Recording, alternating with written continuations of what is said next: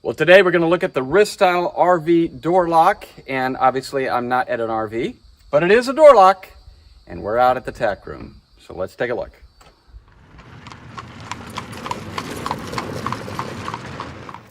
Well, some of you have seen some of our other reviews, and you know that we only accept a product if, first of all, we can use it on the farm.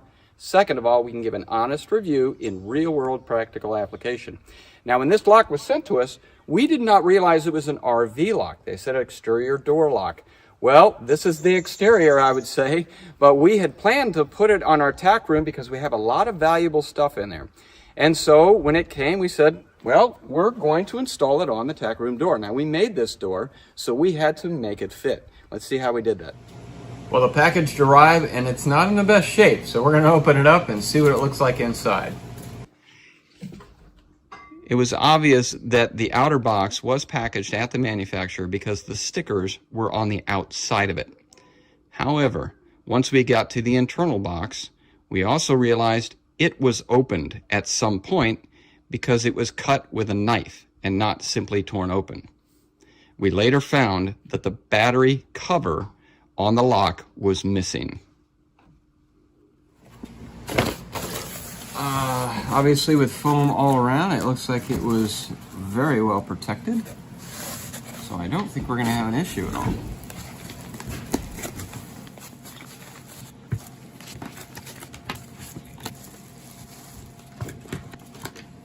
There you have it. I think those are all the components. Well, digging inside, I found a small manual, and it has package contents right there on about page 3. So I looked at it, and we have some extras. Now, I don't know if that's standard to get the extras, but that's what we got in our package. So the extras, it said one wireless, wireless key, and there's 2 of them in here. It said 2 keys, and we actually have 4. It said 8 screws, and we have 16. And then it says 4 AA batteries, and we actually have an extra 2. Now, we found out that these 2 actually go inside of the keyless. And the way we found that out is they sent a really handy screwdriver. I really like this flat head on one side, Phillips head on the other side. You just pull this tiny little screw out of the back here, and it's a little tricky. I was very careful not to break it, but I realized it's just kind of stiff on one end here. But once you pop that, then you can get in here, and then you've got to go pop the other side. Again, it acts like it doesn't want to come, but it will. And then this is that battery. We have 2 extra ones here. So that's where that goes. And that's it. We'll dig in and find out how to program this. So the depiction here of this looks like a center line, but it's not a center line. It's actually the center of the latch, we believe. We're going to do some measurements, but this line right here is not the center line of this. As you can see, this measurement's 362. That's 1.18. That's not half. So it's offset up. And I believe it corresponds with this. Well, we got a little bit frustrated with the directions and all the measurements that were on there. Went back to the box, and lo and behold, right on the side, it tells you exactly the dimensions of the hole you need to cut. So it's back to the saw.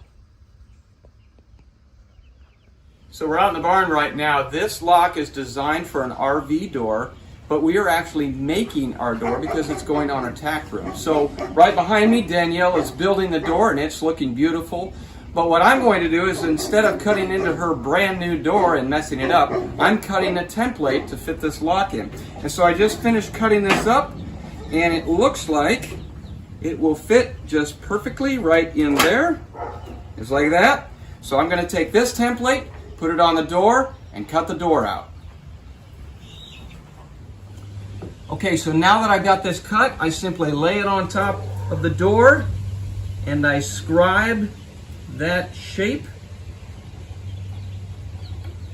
And then I'll check all the measurements and cut into the door.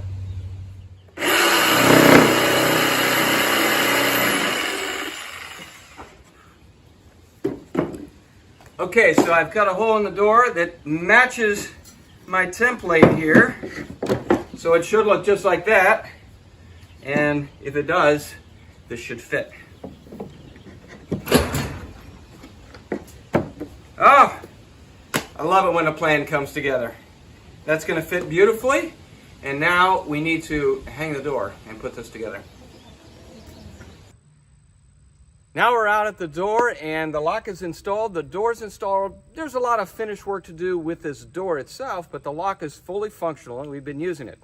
I want to point out first that we like the fact that this is an RV latch and it doesn't stick out like a normal handle where you could get a lot of things caught on it like rope halters and whatnot. Also, horses and donkeys, horse owners know, are very, very good at figuring out these latches. But the great thing is, even if they could figure this latch out, they cannot figure out the digital code, at least of yet. As we go inside, first of all, notice that customer service did replace the battery cover that was missing. And in here we have the lock and unlock manual switch right there, and then of course the inside door handle. This right here is the reset button that will be used to set the codes. I love the fact that this door has multiple ways to lock and unlock. First, I can start with the inside and simply switch back and forth to lock and unlock. Secondly, I can use the key out here and again lock or unlock. Now this pad allows electronic locking and unlocking in combination with the remote. So with the remote, I can lock or I can unlock, and that's got a good range on it, up to 16 meters. I can also simply walk up to the door and lock it, and the great thing is I can use a thumbprint. Now you have to be careful about that because when you're sweaty and dirty, the thumbprint is a little bit finicky. Lastly, I can take and put a code in. So I'm going to lock the door, and then I can type in the code and hit unlock. And they all work just wonderfully.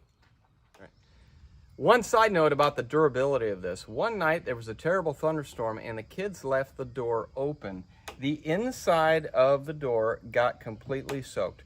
So we took the cover off, we took the batteries out of it, dried them out, put it back on. The codes were all preserved, no problem. We didn't have to reset anything, and the lock works fine. Very good on that aspect. So right out the gate, my wife absolutely loves the door. She always has things in her hands when she's walking here, and the fact that she can just get her thumb up there and unlock the door is priceless for her. For me, it's the manual key. I do not trust electronics. The batteries die, the codes get lost, whatever. I always have a manual key to get in. Now, for those of you who have written down our code and think you can break into our tack room, it is very simple to set these codes and change these codes. The procedures are in the instructions, and so it takes up to 10 codes. So you can have all your kids and stuff be able to get in there with their own code. So far, we absolutely love this lock. We think it's going to be a great addition to the farm. And as you can see, it is exposed outside, so we'll see how the longevity pans out in the future. And I will say this, we use this multiple times a day. We're probably in and out of this door 5 to 10 times a day. So it's going to get a lot of heavy use. Thanks a lot for watching this week. If you haven't subscribed, please do so. Also leave comments. We love the comments. And we'd like to know where you could use this and how you could use it on your farm or on your RV. We'll see you next time.